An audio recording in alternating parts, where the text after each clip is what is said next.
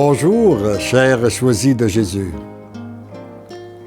Aujourd'hui, le message 37 du premier volume nous fait faire une belle réflexion.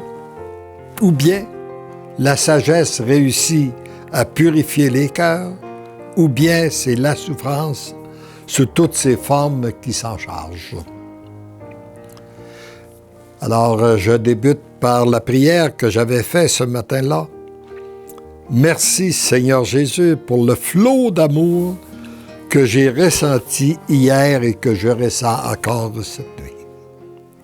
Je sens qu'il y a une véritable transformation qui s'opère en moi. J'ai l'impression d'entrer déjà sur cette terre nouvelle dont parle Isaïe dans l'office des lectures de ce matin. Parce que avant d'écrire, même si je me sentais poussé à écrire, j'ai toujours fait l'office des lectures avant pour être sûr d'être en communion de cœur et d'esprit avec notre Église. Je sais, Seigneur, que je suis aimé de toi, que l'amour m'aime et que je deviens l'amour. Il me semble que je passerai mes jours et mes nuits en prière et en adoration, me laissant simplement aimer par l'amour qui veut se répandre sur la terre. Comme je me sens privilégié, je voudrais à chaque instant répéter mon oui afin de ne pas perdre le flot de grâce et d'amour qui se déverse dans mon cœur. Merci pour tant d'amour, comme je vous aime. Mon tout petit, viens te blottir dans mes bras, continue à te laisser aimer. C'est ce qu'il y a de mieux pour toi en ce moment. Tu as choisi la meilleure part, comme il l'avait dit à Marthe lorsqu'elle parlait de sa sœur Marie. Aujourd'hui, je voudrais te parler cœur à cœur, car ton cœur devient de plus en plus mon cœur, qui est en même temps le cœur de ma Sainte Mère. L'amour que tu ressens, c'est l'amour du Père qui circule librement dans mon cœur et celui de ma Sainte Mère. Et de tous les cœurs qui se sont laissés greffer, il y a de l'espace pour y greffer tous les cœurs de la terre. Hein, une très bonne nouvelle. Dans le cœur de Jésus et de Marie, il y a de la place pour y greffer tous les cœurs de la terre. Beaucoup trop dans mon Église ont cru que cette circulation d'amour était réservée à quelques privilégiés. Cela est faux.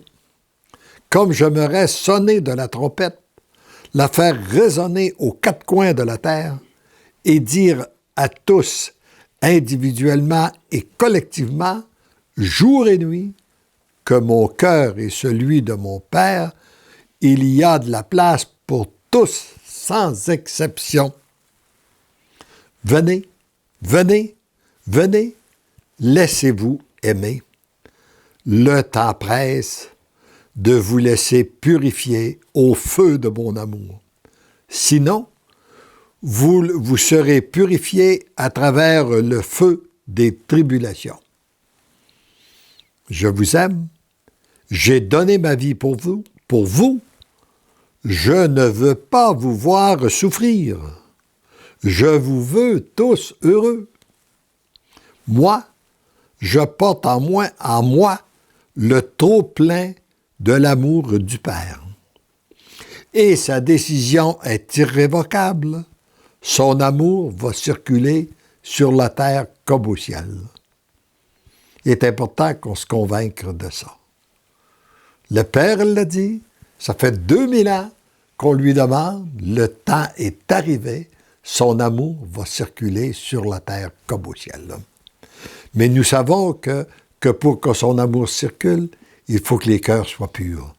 D'où l'importance que notre cœur soit purifié. Depuis 2000 ans, j'ai enseigné à mes apôtres ce que les croyants répètent au Père. Que ta volonté soit faite, que ton règne vienne sur la terre comme au ciel. L'heure est arrivée.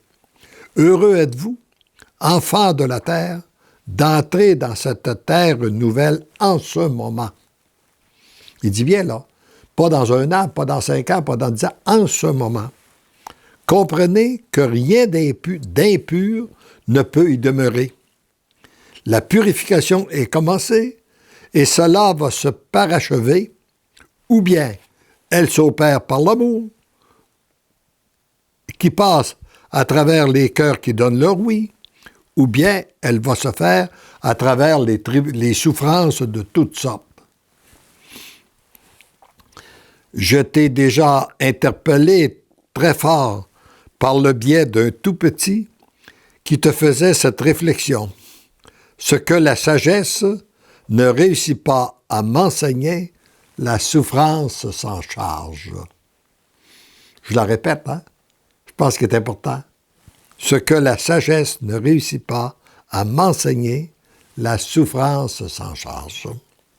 Et je crois que c'est vrai pour un individu, c'est vrai pour un couple, c'est vrai pour une famille, c'est vrai pour une nation, mais c'est vrai aussi pour l'univers. Quand on regarde ce qui se passe dans notre monde aujourd'hui, on se rend bien compte que ce que la sagesse ne réussit pas à enseigner à notre monde, c'est la souffrance qui s'en charge. Ce qui a toujours été une réalité au niveau de l'individu devient une réalité au niveau de la planète. Ou bien la sagesse réussit à purifier les cœurs, ou bien c'est la souffrance sous toutes ses formes qui s'en charge. Cependant, il ne reste que très peu de temps. Demain, il sera trop tard. Voilà le grand message que je veux voir diffusé et pour lequel je te prépare. Continue à être à mon écoute et à me répéter tes oui. C'est mon œuvre et non la tienne. Tu es l'un de mes instruments que je veux utiliser pour livrer ce message. Je te dirai où, quand et à qui. Entre-temps, goûte mon amour. C'est là où tu m'es le plus utile. Car je veux mes flèches façonnées à la perfection, afin qu'elles ne manquent pas la cible et qu'elles puissent pénétrer les cœurs les plus endurcis par les folies du monde et enténébrés par l'ennemi. Demeure dans mon amour, mon tout petit, je t'aime. Alors, voyez-vous que comme c'est simple, et c'est le vœu que je formule, c'est-à-dire c'est la prière que je fais pour chacun de vous, que vous puissiez demeurer dans son amour, accueillir sa sagesse qui vient de Dieu, afin d'être exempté des tribulations, des grandes tribulations à travers la souffrance.